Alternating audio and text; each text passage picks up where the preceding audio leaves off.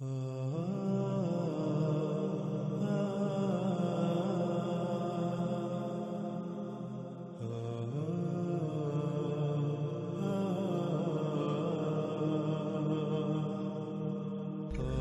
ہم بات کر رہے ہیں دابۃ الارض کے موضوع پر،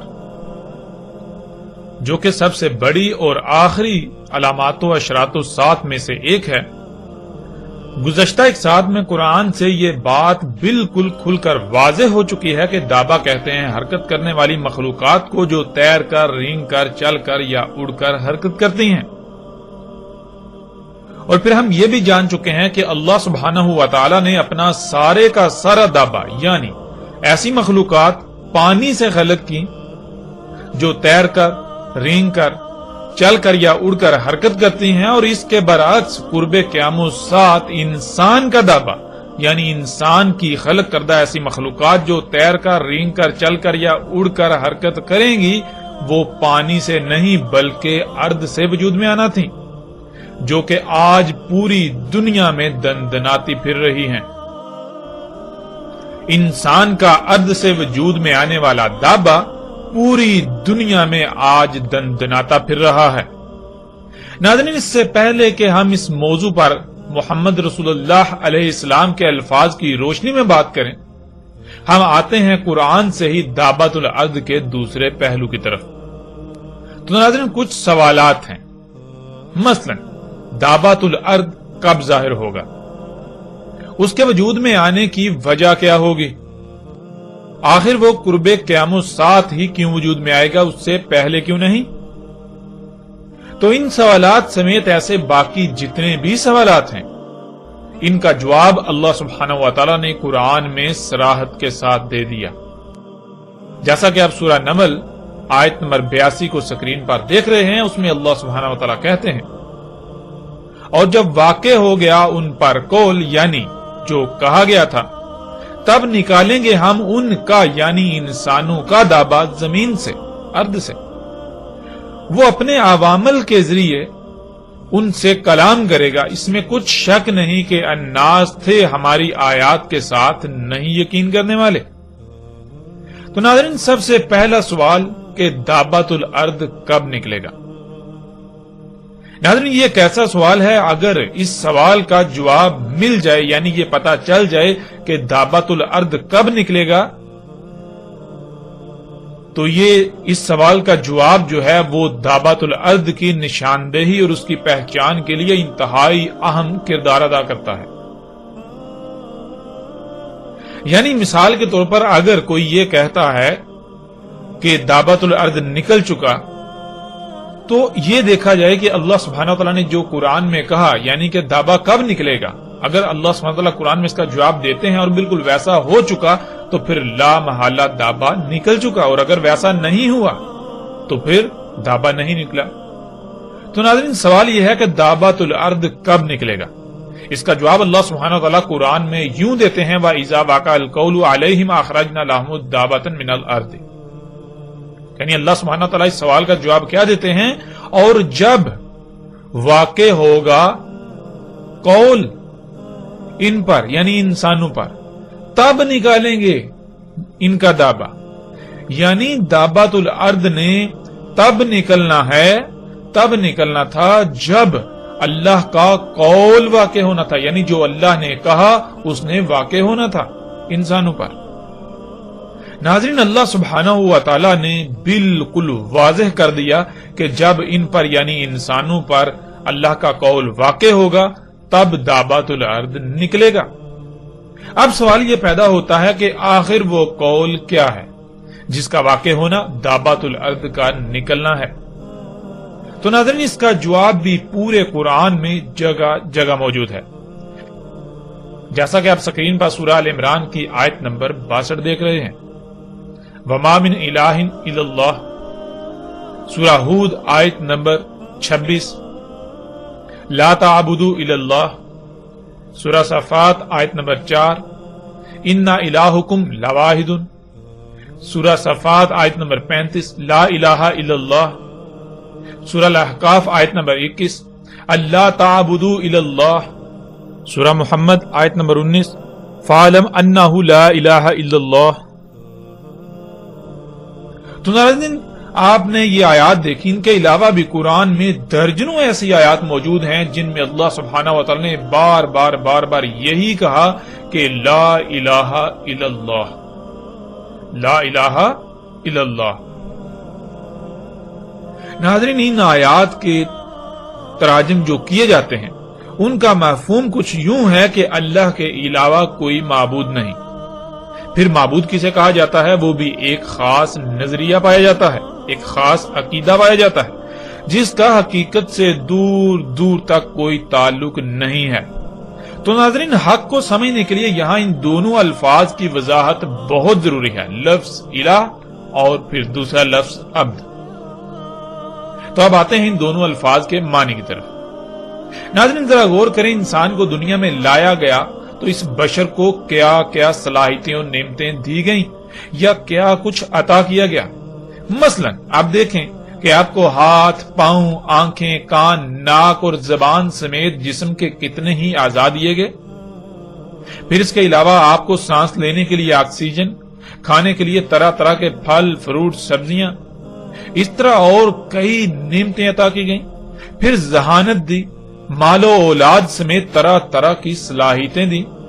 تو ناظرین سوال یہ پیدا ہوتا ہے کہ کیا یہ سب بیکار اور فضول میں عطا کر دیا گیا آپ کو؟ کیا انسانوں کو یہ سب عطا کرنے کا کوئی مقصد نہ تھا؟ قرآن میں کئی مقامات پر اللہ سبحانہ وتعالی نے بالکل واضح کر دیا کہ اللہ سب کچھ حق کے ساتھ خلق کرتا ہے، یعنی اللہ جو کچھ بھی کرتا ہے تو اس کا کوئی نہ کوئی مقصد ضرور ہوتا ہے، وہ بے مقصد کچھ بھی نہیں کرتا۔ اللہ سبحان ہے یعنی پاک ہے اس سے کہ وہ کچھ بھی بے مقصد کرے، وہ کچھ بھی بے مقصد خلق کرے، وہ کچھ بھی بے مقصد عطا کرے، اللہ اس سے پاک ہے۔ ناظرین جب اللہ سبحانہ وتعالی کچھ بھی بے مقصد خلق نہیں کرتا، کچھ بھی بے مقصد عطا نہیں کرتا، تو پھر ظاہر ہے اس نے انسان کو اتنا کچھ عطا کیا تو یہ کیسے ہو سکتا ہے کہ یہ سب کا سب بے مقصد ہو؟ اس نے ہر شے کا کوئی نہ کوئی مقصد ضرور طے کر دیا۔ اب ناظرین اگر تو انسان ان سب کا استعمال یعنی جو کچھ بھی اسے عطا کیا گیا اس سب کا استعمال اسی مقصد کے لیے کرتا ہے تو اس کا الہ اللہ ہے، ورنہ اگر وہ جس کے پیچھے اس کا استعمال کرے گا وہی اس کا الہ کہلائے گا، وہی اس کا الہ ہوگا۔ اگر وہ اپنی خواہشات کی تکمیل کے لیے اپنی صلاحیتوں کا استعمال کرتا ہے، اپنی ذہانت، اپنے مال و اولاد کا استعمال کرتا ہے، خواہ ایک رائی برابر بھی عمل کیوں نہ کرے، تو اس کا الہ اس کی اپنی خواہشات ہوں گی۔ اسی کا اللہ سبحانہ وتعالی نے قرآن میں بھی ذکر کیا ہوا ہے۔ اگر وہ دنیاوی مال و متاع کے پیچھے اپنی صلاحیتوں کا استعمال کرتا ہے تو اس کا الہ دنیاوی مال و متاع جسے اللہ سبحانہ وتعالی نے قرآن میں بار بار شیطان قرار دیا، یعنی اس کا الہ شیطان ہوگا۔ اس طرح ناظرین آپ جس کے پیچھے اس کا استعمال کریں گے وہی آپ کا الہ ہوگا، اور آپ اس کے پیچھے اللہ کی عطا کردہ نعمتوں، صلاحیتوں، ذہانت، مال و اولاد کا استعمال یہ اس کی عبادت کہلائے گی۔ لفظ عبد کہتے ہیں غلامی کرنے کو، یعنی جو کچھ آپ کے پاس ہو، جو کچھ آپ کو عطا کیا گیا ہو، جو آپ کے پاس صلاحیتیں ہوں، جو آپ میں صلاحیتیں ہوں، جس کے پیچھے ان کا استعمال کرنا، یہ اس شے کی غلامی کرنا کہلاتا ہے۔ اور ایسا کرنے والا غلام جسے عربی میں عبد کہتے ہیں۔ عبد، غلام، عابدو، غلامی کر رہا ہے، یعنی جو اس کے پاس ہے، جو اس کے پاس صلاحیتیں ہیں، جو اس کو عطا کیا گیا، وہ اس کا کسی کے پیچھے، کسی کے کہے کے مطابق استعمال کر رہا ہے۔ ناظرین یہ تھا اللہ کا قول جس نے واقع ہونا تھا کہ لا الہ الا اللہ، یعنی نہیں الہ مگر اللہ۔ اور ناظرین آپ قرآن میں غور کریں تو آپ کو پتا چلے گا کہ جتنے بھی رسول اللہ سبحانہ وتعالی نے بھیجے، کوئی ایک بھی اللہ کا نبی یا رسول ایسا نہیں جس کی یہی دعوت نہ ہو۔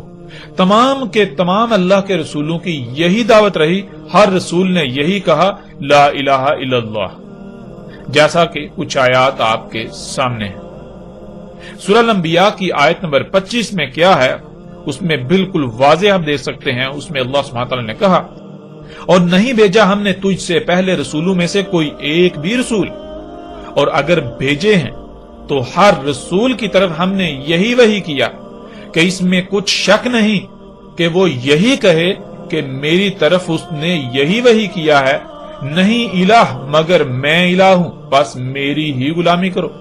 یعنی ناظرین، کوئی ایک بھی رسول ایسا نہیں ہوا جس کی دعوت یہ نہ تھی کہ لا الہ الا اللہ۔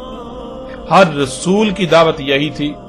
یہی اللہ نے اسے کہا کہ ان کو کہو، ان انسانوں کو کہو، دنیا والوں کو کہو کہ اللہ الہ ہے اور کوئی الہ نہیں ہے۔ یعنی ناظرین، یہی اللہ کا قول ہے، اور ہر رسول کے الفاظ کیا تھے آپ اس آیت میں بھی دیکھ سکتے ہیں۔ سورہ صاد آیت نمبر 70۔ نہیں وحی کیا گیا میری طرف، اگر وحی کیا جا رہا ہے تو یہی کہ اس میں کچھ شک نہیں، میں جو بھی ہوں میں ہر لحاظ سے کھول کھول کر متنبع کرنے والا ہوں۔ پھر اس طرح سورہ صاد کی آیت نمبر 65، کہو اس میں کچھ شک نہیں، جو بھی میں ہوں میں متنبع کرنے والا ہوں۔ یعنی تم جو اعمال کر رہے ہو، جو اللہ کے خلاف کر رہے ہو، ان اعمال کے انجام کو ہر لحاظ سے تم پر کھول کھول کر واضح کرنے والا ہوں۔ اور نہیں ہے الہوں میں سے الہ مگر اللہ۔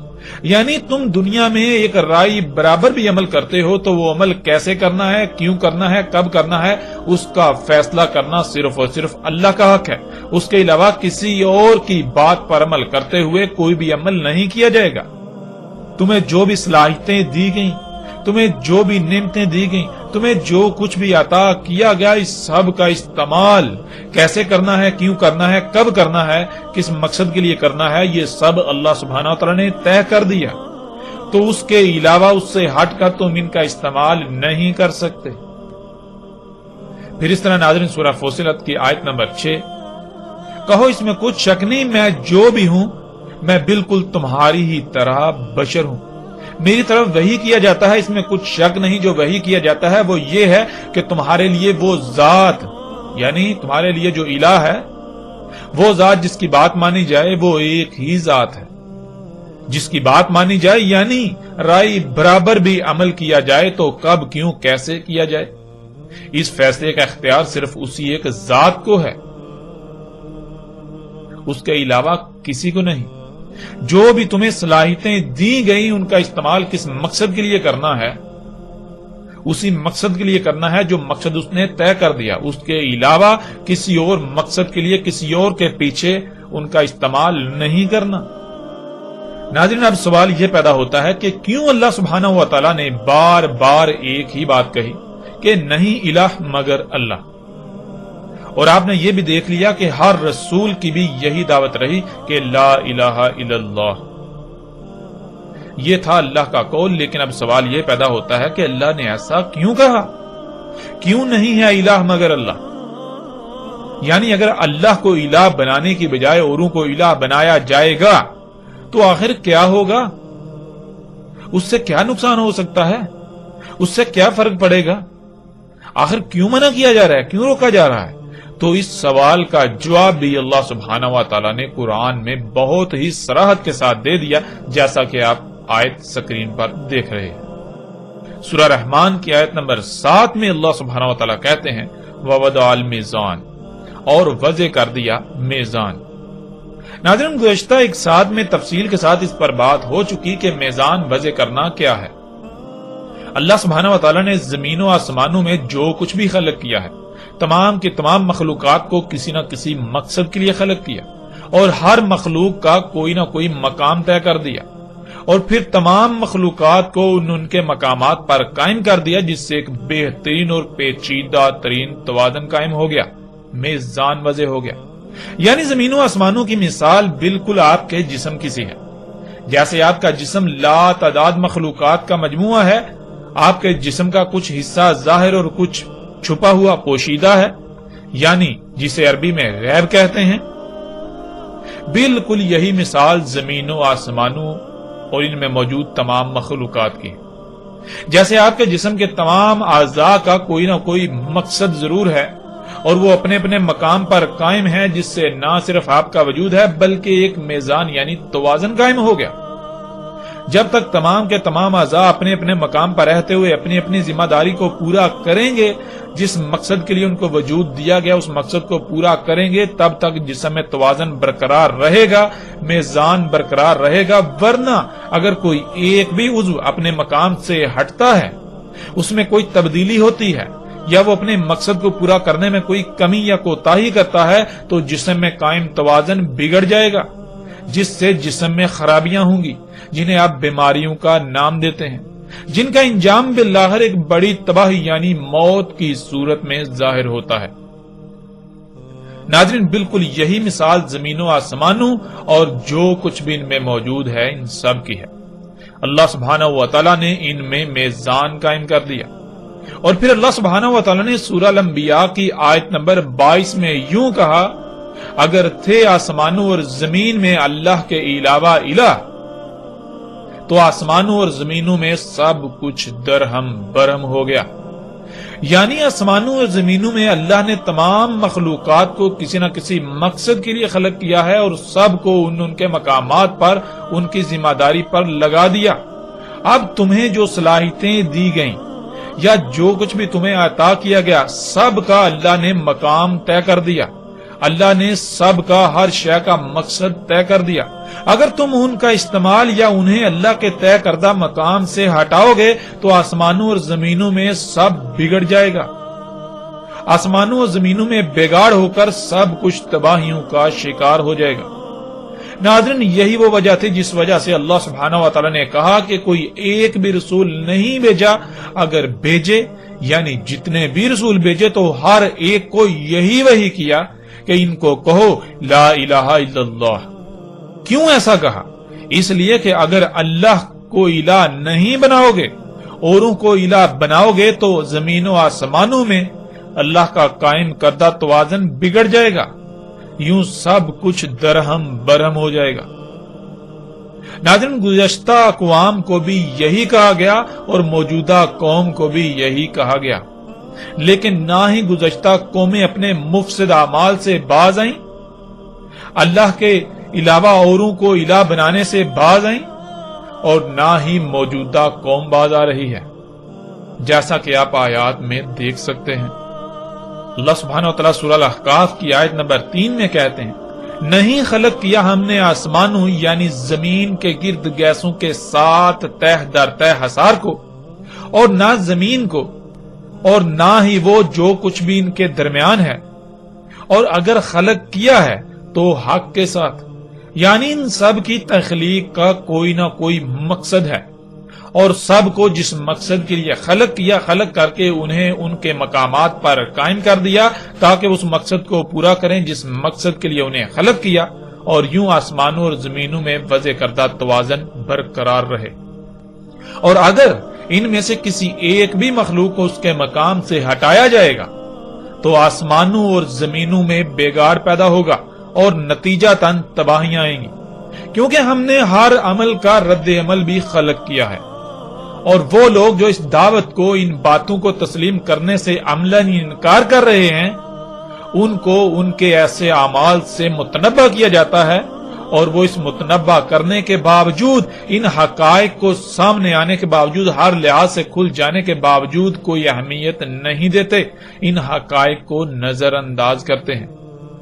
ناظرین، یہ تھا اللہ کا قول کہ لا الہ الا اللہ، اور اگر تھے آسمانوں اور زمینوں میں اللہ کے علاوہ اور الہ، تو پھر کیا ہوتا؟ تو آسمانوں اور زمینوں میں سب کچھ درہم برہم ہو گیا، ان میں فساد ہو گیا، پھر طرح طرح کی بیماریاں، مصیبتیں، تکالیف، تباہیاں، آندیاں، طوفان، زلزلے، انسانوں کا تقسیم در تقسیم ہو کر ایک دوسرے کی گردنیں مارنا، جنگ و جدل، نفرتیں، دشمنیاں،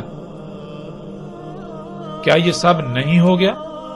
یہ سب ہو گیا۔ یعنی ناظرین، اللہ سبحانہ و تعالی نے کہا کہ اگر تم ان تمام اشیاء کو جو تمہیں دی گئیں جو کچھ بھی تمہیں عطا کیا گیا، جو کچھ بھی زمین و آسمانوں میں ہے، اگر انہیں ان کے مقامات پر نہیں رکھتے جو مقام اللہ نے تجویز کر دیا، بلکہ اللہ کے علاوہ کسی دوسرے کی مرضی کے مقام پر ان اشیاء کو، ان سب کو رکھتے ہو، ان میں سے کسی کو بھی رکھتے ہو، اپنی صلاحیتوں کا استعمال کرتے ہو، تو پھر یہ بات پہلے سے طے شدہ ہے کہ پھر سمجھ لو کہ ایسا ہو چکا، زمین و آسمانوں میں سب کچھ بگڑ چکا، تم طرح طرح کی بیماریوں، تباہیوں اور ذلتوں کا شکار ہو چکے، اور بالآخر تمہارا وجود مٹ جائے گا، جیسے تم سے پہلے جو قومیں زمین پر آباد تھیں ان کا وجود مٹ چکا۔ ناظرین، اللہ سبحانہ و تعالیٰ نے قرآن میں جگہ جگہ اس بات کی وضاحت کر دی کہ اللہ سبحانہ و تعالیٰ نے زمین و آسمانوں میں میزان قائم کیا، ہر سطح پر توازن قائم کر دیا۔ یہ کائنات بالکل ایک مشین کی مانند ہے۔ اس کی مثال انسانی جسم کسی ہے، اگر اس کائنات میں کسی ایک بھی مخلوق کو اس کے مقام سے ہٹایا جائے گا تو نتیجتاً فساد ہوگا، اور بالآخر وہ فساد طرح طرح کی تباہیوں کی صورت میں ظاہر ہوگا۔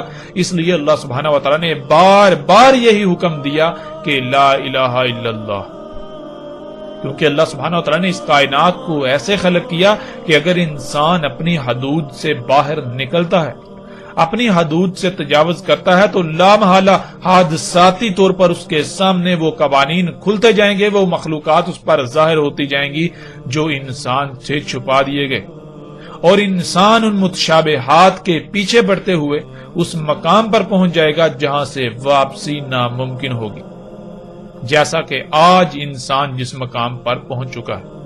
جیسے کہ ماضی میں 6 قومیں اس کا شکار ہو چکی، اور موجودہ قوم، دنیا میں آباد موجودہ انسان بھی اس مقام پر پہنچ چکے۔ ناظرین، یہ تھا وہ اللہ کا قول، اور قول کا واقع ہونا کیا تھا؟ قول کا واقع ہونا یہ تھا کہ جب انسان نہیں مانے گا، وہ کہے گا کہ نہیں، ایسا کچھ بھی نہیں ہے، بلکہ یہ سب تو ترقی ہے، ہمیں تو ترقی کرنی ہے، ہم فطرت پر انحصار نہیں کر سکتے، فطرت پر انحصار کریں گے تو ہماری رفتار بہت سست رہے گی، لیکن ہم تو تیز رفتاری چاہتے ہیں، اس لیے ہمیں اپنی ضروریات کی اشیاء خود خلق کرنی ہے۔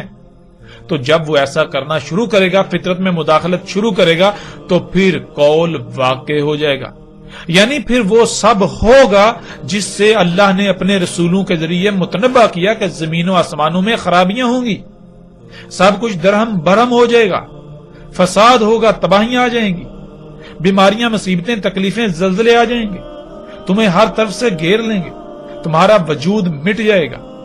اسی دوران انسان آگے بڑھتا بڑھتا اس مقام پر پہنچ جائے گا کہ دابا خلق کر بیٹھے گا، یعنی اللہ کے دابا کے برعکس اپنی سواری کی حاجت کو پورا کرنے کے لیے اپنا تیز ترین تیز رفتار دابا خلق کر بیٹھے گا۔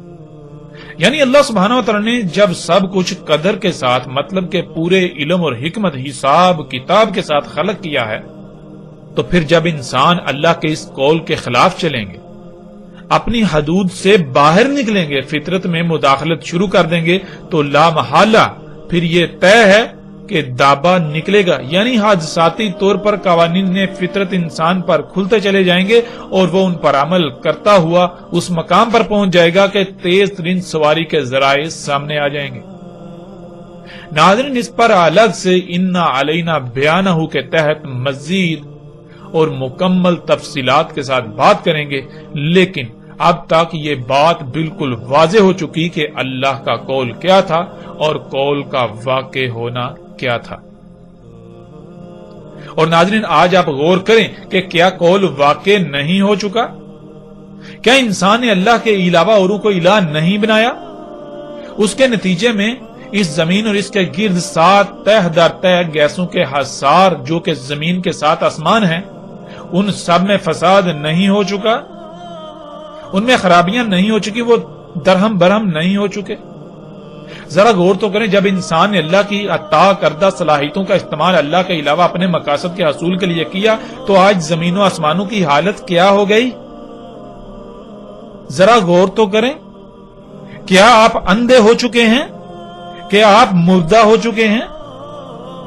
ذرا غور تو کریں، طرح طرح کی بیماریاں، مصیبتیں، تکالیف، سیلاب، آندیاں، طوفان، سونامی، زلزلے، بھوک افلاس، جنگیں، قتل و غارت گری، فراڈ، خوراک کی قلت، آسمان کا پھٹ جانا، زمین کے گرد آکسیجن پر مشتمل پہلا آسمان طرح طرح کی زہریلی گیسوں سے بھر چکا، جس کی وجہ سے طرح طرح کی مصیبتوں کا سامنا کرنا پڑ رہا ہے زمین کی تمام مخلوقات کو۔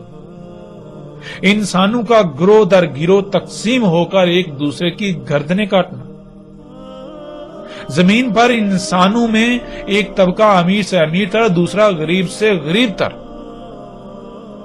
ناظرین غور تو کریں، کیا یہ سب نہیں ہو چکا؟ کیا پوری دنیا آج ان سب کی لپیٹ میں نہیں آ چکی؟ یہ سب تو اللہ کے قول کا واقع ہونا تھا۔ اور ناظرین اللہ کا قول تو کب کا واقع ہو چکا، لیکن دابا نہیں نکلا، یہ کیسے ہو سکتا ہے؟ ایسا کیسے ہو سکتا ہے کہ اللہ کا قول واقع ہوئے بھی ایک عرصہ ہو گیا، پوری دنیا اس کی لپیٹ میں ہے اور دابا نکلا ہی نہیں؟ یہ کیسے ہو سکتا ہے؟ ناظرین اس پہلو سے بھی بالکل واضح ہو گیا کہ آج نہ صرف اللہ کا قول واقع ہو چکا ہے، بلکہ قول کے واقع ہونے پر جس دابا کا نکلنا تھا وہ آج پوری دنیا میں دندناتا پھر رہا ہے۔ انسان کا دابا جو زمین سے وجود میں آیا، یعنی انسان کی خلق کردہ حرکت کرنے والی مخلوقات جو تیر کر، رینگ کر، چل کر یا اڑ کر سفر کرتی ہیں، حرکت کرتی ہیں، جو پانی سے نہیں بلکہ زمین کے عناصر لوہے، تانبے، پلاسٹک، خام تیل وغیرہ سے وجود میں آیا۔ ناظرین یہ بات جان لیں کہ دنیا کی کوئی طاقت اس کا رد نہیں کر سکتی اور نہ ہی اس بات کو غلط ثابت کر سکتی ہے۔ دابۃ الارض نکل چکا اور ساتھ بالکل سر پر آ چکی، اور ساتھ سے پہلے ایک عظیم عذاب جو کہ القاریہ ہے وہ دروازے پر دستک دے رہی ہے۔ القاریہ جس کے نتیجے میں دنیا کی 70% سے زائد آبادی تباہ کن ایٹمی بموں کی نظر ہو جائے گی، اور تقریباً تمام کے تمام جدید شہر صفحہ ہستی سے مٹ جائیں گے، جس پر تفصیل سے آئندہ ایک ساتھ میں القاریہ کے موضوع کے تحت بات ہوگی۔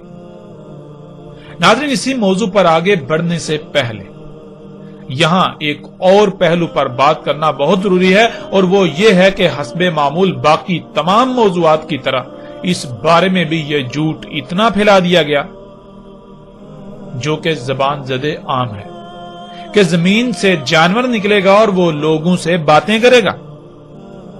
حالانکہ حقیقت کیا ہے وہ آپ کے سامنے ہے۔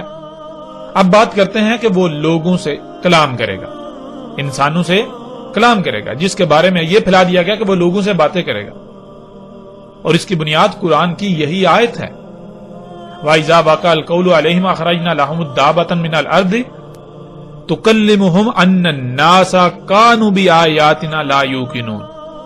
اور جب واقع ہو گیا ان پر جو کہا گیا تھا، نکالیں گے ہم ان کا دابا زمین سے، وہ اپنے عوامل کے ذریعے ان سے کلام کرے گا، اس میں کچھ شک نہیں، الناس تھے ہماری آیات کے ساتھ نہیں یقین کرنے والے۔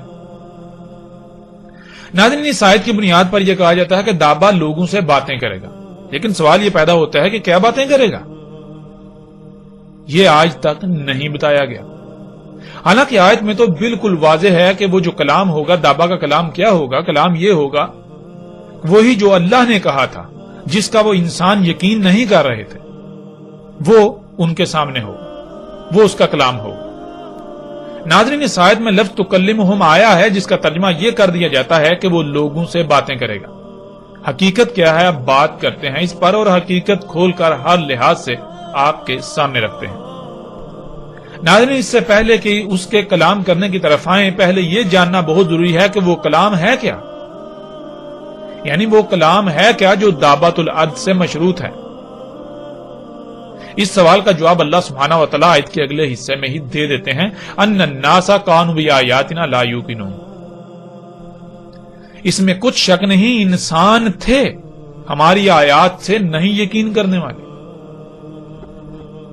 یعنی بالکل آسان الفاظ میں یہ کہ اللہ سبحانہ و تعالیٰ نے قرآن میں بار بار یہ کہا کہ زمین و آسمانوں میں تمام کی تمام مخلوقات اللہ کی آیات ہیں، اور ان میں سے ایک بڑی تعداد کو انسان سے چھپا کر رکھ دیا، جنہیں انسان دیکھ نہیں سکتا، سن نہیں سکتا، محسوس نہیں کر سکتا۔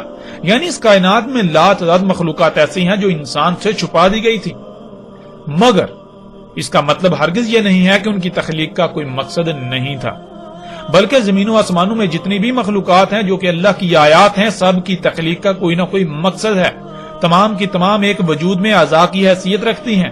جب تک یہ تمام اپنے اپنے مقام پر رہتے ہوئے اپنی اپنی ذمہ داری پوری کریں گی تو پورا وجود ٹھیک رہے گا، یعنی زمین و آسمان ٹھیک رہیں گے، ان میں کوئی خرابی نہیں ہوگی، اور انسانوں سمیت تمام مخلوقات ہر طرح سے محفوظ اور سلامت رہیں گی۔ لیکن اگر کسی بھی مخلوق جو کہ اللہ کی آیت ہے کو اس کے مقام سے ہٹا دیا جائے گا، اس میں چھیڑ چھاڑ کی جائے گی، اس میں تبدیلی کی جائے گی، اس کا مقام بدلا جائے گا، تو پھر اللہ کے قائم کردہ توازن میں، میزان میں بگاڑ ہو جائے گا، جس کا نتیجہ تباہیوں کی صورت میں تمہارے سامنے آئے گا، اور پھر نقصان تمہارا اپنا ہی ہوگا۔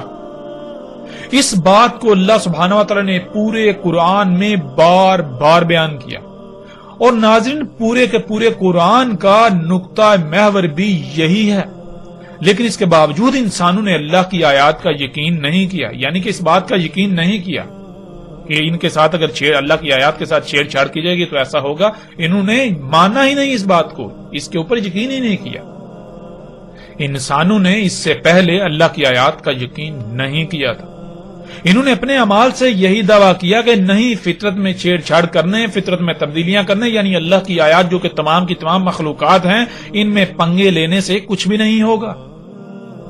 تو ناظرین یہی بات اللہ نے کہی کہ تم اللہ کی آیات کا یقین نہیں کرتے تھے، لیکن جب دابا نکلے گا تو اس کا کلام یہی ہوگا کہ دیکھو تم یقین نہیں کرتے تھے، یعنی اس بات کو، یہ جو ابھی تم اپنی آنکھوں سے دیکھ رہے ہو، اس کا یقین نہیں کرتے تھے اس سے پہلے۔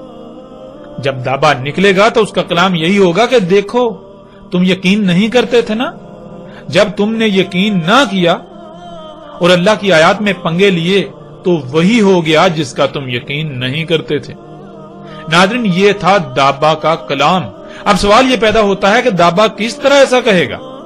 کیا جس طرح دو انسان، دو شخص آپس میں ایک دوسرے سے گفتگو کرتے ہیں، اس طرح سے وہ بات کرے گا، اس طرح کلام کرے گا، یا پھر کسی اور طریقے سے؟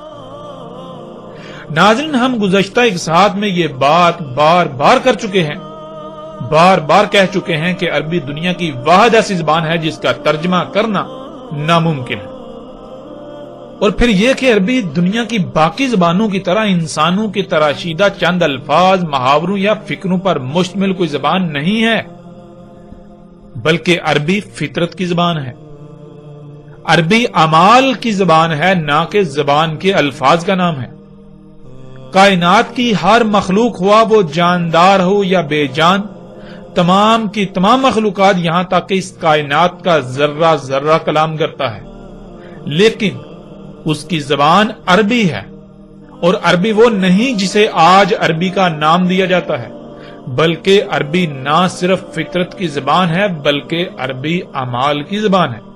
اور ناظرین غور کریں، محمد علیہ السلام وہ نہ تو عربی پڑھ سکتے تھے اور نہ ہی عربی لکھ سکتے تھے، تو پھر کیسے ان کے ساتھ اس کائنات کی مخلوقات کلام کرتی تھیں؟ پھر کیسے ان کے اوپر اتنے اتنے بڑے راز کھلے؟ غور تو کریں۔ یعنی کہ اگر عربی اسے کہا جاتا ہے جسے آج آپ عربی کہتے ہیں، جی یہ جو لکھی اور پڑھی جاتی ہے، تو یہ تو محمد علیہ السلام کو بھی نہیں آتی تھی۔ لہذا ناظرین عربی یہ نہیں ہے، عربی اعمال کا نام ہے، عربی پریکٹیکل کا نام ہے، عربی اعمال کی زبان ہے، عربی فطرت کی زبان ہے۔ اس لیے ناظرین اب آپ کو بالکل واضح ہو جائے گا کہ دابا کا کلام کرنا کیا ہے۔ جب آپ نے عربی کی اہمیت و حیثیت کو سمجھ لیا تو پھر آپ کو بہت آسانی سے یہ بات بھی سمجھ آ جائے گی کہ دابا کا کلام کرنا کیا ہے۔ اسے ایک مثال سے سمجھ لیجئے۔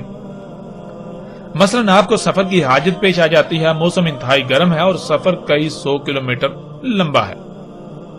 آپ کے سامنے ایک طرف لینڈ کروزر کھڑی ہے، عالی شان گاڑی، اور دوسری طرف ایک اعلی نسل کا تیز رفتار گھوڑا کھڑا ہے۔ تو ناظرین آپ سے سوال ہے کہ آپ سفر کے لیے کس کا انتخاب کریں گے؟ آپ کا فوراً جواب یہی ہوگا کہ لینڈ کروزر۔ اب اگر آپ سے سوال کیا جائے کہ کیوں آپ نے گھوڑے کا انتخاب کیوں نہیں کیا، تو آپ جواب دیں گے دیکھو اتنی شدید گرمی اور اوپر سے کئی سو کلومیٹر لمبا راستہ اگر گھوڑے پر جاؤں گا تو نہ صرف بہت زیادہ وقت لگے گا بلکہ رستے میں گھوڑے کی خوراک اور پانی کا خیال رکھنا پڑے گا، رستے میں گرمی سے جلس جاؤں گا، طرح طرح کے مصائب کا سامنا کرنا پڑے گا، تھکاوٹ سے چور ہو جاؤں گا۔ اس طرح آپ کو وہ درجنوں خامیاں گنوانا شروع کر دے گا، یعنی آپ درجنوں خامیاں گنوانا شروع کر دیں گے۔ اور اس کے برعکس آپ جب لینڈ کروزر کی بات کریں گے تو آپ اس کی تعریفوں کے پل باندھنا شروع کر دیں گے کہ اس سے نہایت تیز رفتاری سے سفر ہوگا، ایئر کنڈیشنر آن رکھوں گا، گرمی کا احساس تک نہ ہوگا، انتہائی آرام دہ اور پرسکون سفر ہوگا۔ اب ناظرین ذرا غور کریں اس بات پر، آپ کو یہ کس نے کہا جو آپ نے گھوڑے کے بارے میں کہا، اور پھر اس کے برعکس جو لینڈ کروزر کے بارے میں آپ نے باتیں کی، یہ سب باتیں آپ کو کس نے بتائیں؟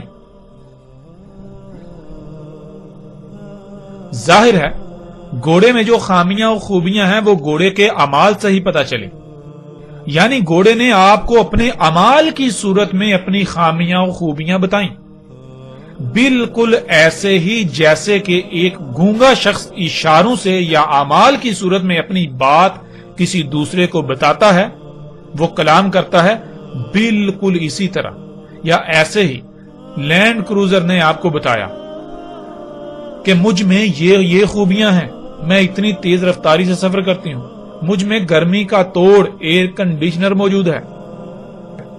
اور لینڈ کروزر نے آپ کو زبان سے نہیں بلکہ جیسے ایک گونگا شخص اپنے اعمال یا اپنی مختلف حرکتوں کے ذریعے دوسروں سے کلام کرتا ہے، انہیں اپنی بات بتاتا ہے، بالکل اسی طرح لینڈ کروزر نے یا گھوڑے نے آپ سے کلام کیا۔ یہ ہے ناظرین عربی زبان اور عربی میں کسی بھی مخلوق کا کلام کرنا۔ جب آپ کسی شے میں غور کرتے ہیں تو اس کے نتیجے میں آپ کو حاصل ہونے والا علم وہ اس مخلوق کا آپ سے کلام ہوتا ہے۔ انسانوں کا معاملہ یہ ہے، اگر ان سے پہاڑوں کو چھپا دیا جاتا، پہاڑ اللہ کے غیب میں سے ہوتے اور پھر انسانوں کو سامنے کہا جاتا کہ پہاڑ کلام کرتے ہیں، پہاڑ بتا دیتے ہیں کہ ان میں کیا کیا موجود ہے، تو انسان یہی سمجھتے کہ جیسے ہماری زبان ہے، جیسے ہم ایک دوسرے سے بات کرتے ہیں، بالکل ایسے ہی پہاڑوں کا معاملہ ہے۔ ناظرین لیکن کیا حقیقت یہی ہوتی؟ ہرگز نہیں، ہرگز نہیں۔ حقیقت کیا ہے وہ آپ کے سامنے ہے۔ ناظرین جیسے وہ شخص جو چینی زبان نہیں سمجھتا، اس کے سامنے چینی زبان میں بات کی جائے گی تو اس کے لیے اس بات کرنے والے کی حیثیت ایسے ہی ہوگی کہ جیسے کوئی گونگا اس کے سامنے کھڑا ہے، وہ اس کی بات نہیں سمجھ سکتا۔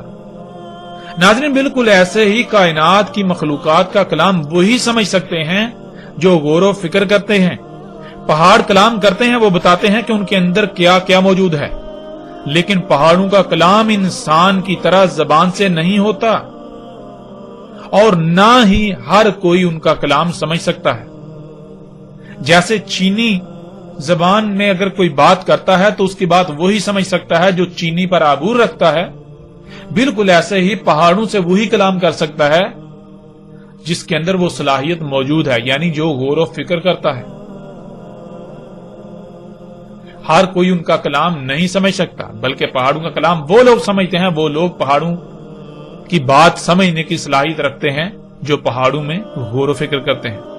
بالکل ایسے ہی ناظرین دابۃ الارض نے کلام کرنا تھا کہ دیکھو اسی کا تم یقین نہیں کرتے تھے، لو آج اپنی آنکھوں سے دیکھ لو۔ مطلب یہ کہ دابۃ الارض کا کلام اس کے اعمال کی صورت میں ہونا تھا، نہ کہ انسانوں کی طرح زبان سے۔ اور جب آیت میں آپ دیکھیں تو آیت میں تو یہ ہے کہ لا یوقنون، یعنی تم یقین نہیں لاتے تھے، تمہیں یقین نہیں تھا۔ اور پھر ہر کوئی یہ جانتا ہے کہ یقین کرنے کے لیے یا تو اتنا علم آ جانا لازمی ہے کہ بات کا انکار کرنا ناممکن ہو جائے، یا پھر کسی شے کا آنکھوں کے سامنے آ جانا، یعنی کہ آپ اپنی آنکھوں سے دیکھ لیں، اپنے کانوں سے سن لیں، یہ ہوتا ہے یقین کرنا۔ یعنی کہ جب تمہیں زبان سے یہ بتایا جاتا تھا، جب تمہیں رسولوں کے ذریعے اللہ یہ کہتا تھا، اس وقت تم اس بات کا یقین نہیں کرتے تھے، تم یہ نہیں مانتے تھے، یعنی تمہیں یقین نہیں تھا۔ لو آج تم اپنی آنکھوں سے یہ سب ہوتا ہوا دیکھ رہو۔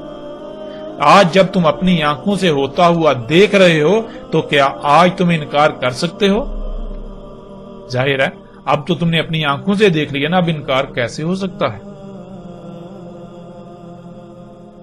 تو ناظرین، دابۃ الارض کا کلام اس کے اعمال کی صورت میں ہونا تھا، نہ کہ انسان کی طرح زبان سے، اور اس کا ذکر تو اللہ سبحانہ و تعالیٰ نے اس آیت میں بھی کر دیا۔